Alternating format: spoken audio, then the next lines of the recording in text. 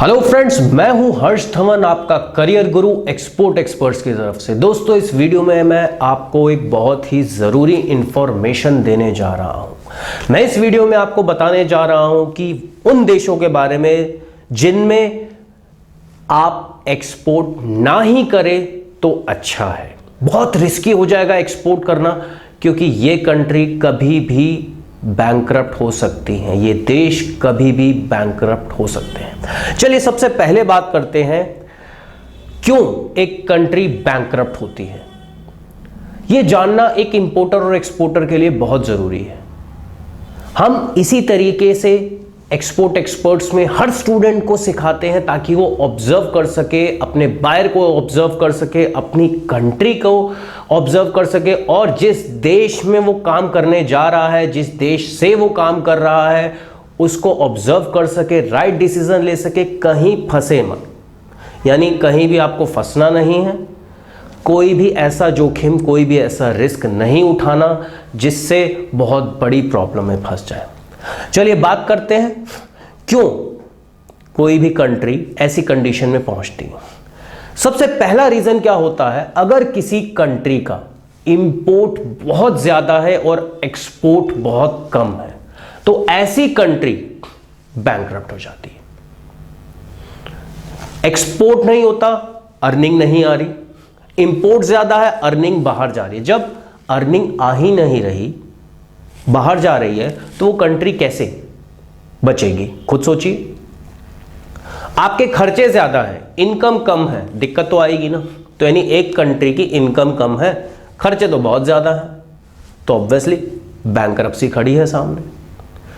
दूसरा सबसे बड़ा कारण यह होता है कि कोई देश जिसमें लोग टैक्स चोरी करते हैं, टैक्स नहीं देते, तब देश की ऐसी हालत हो जाती है। देखिए दोस्तों, कोई भी देश टैक्स देने से ही चलता है।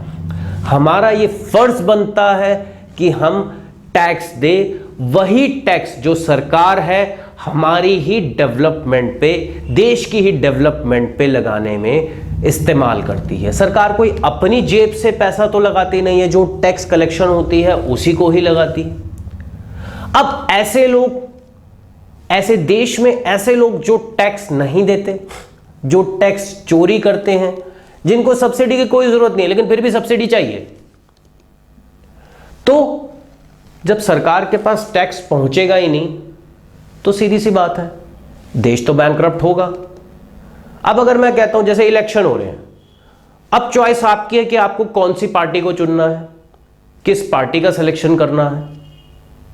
अब अगर कोई ऐसी पार्टी है जो कहे कि यार देखो हम आपको बिजनेस देंगे, आप टैक्स दो, हम डेवलपमेंट में लगाएंगे, तो ऑब्वियसली डेवलपमेंट होगी।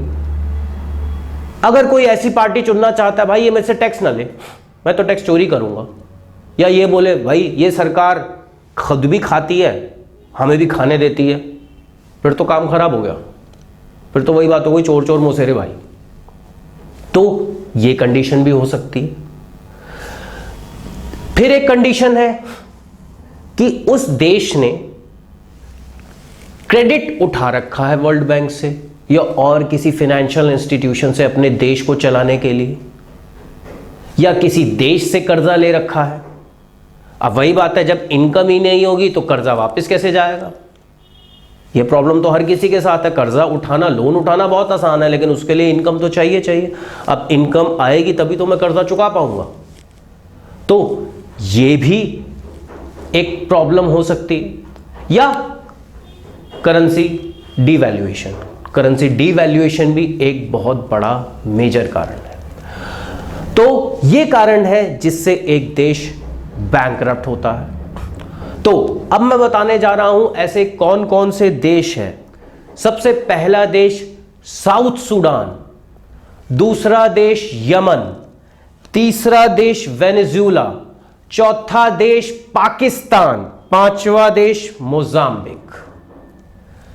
याद कर लीजिए इन देशों को। इन देशों से काम करना के बारे में सोचिए, एक बार नहीं 50 बार, क्योंकि इनकी अर्थव्यवस्था बिल्कुल चरमरा गई है, पीछे कुछ भी नहीं है देने के लिए।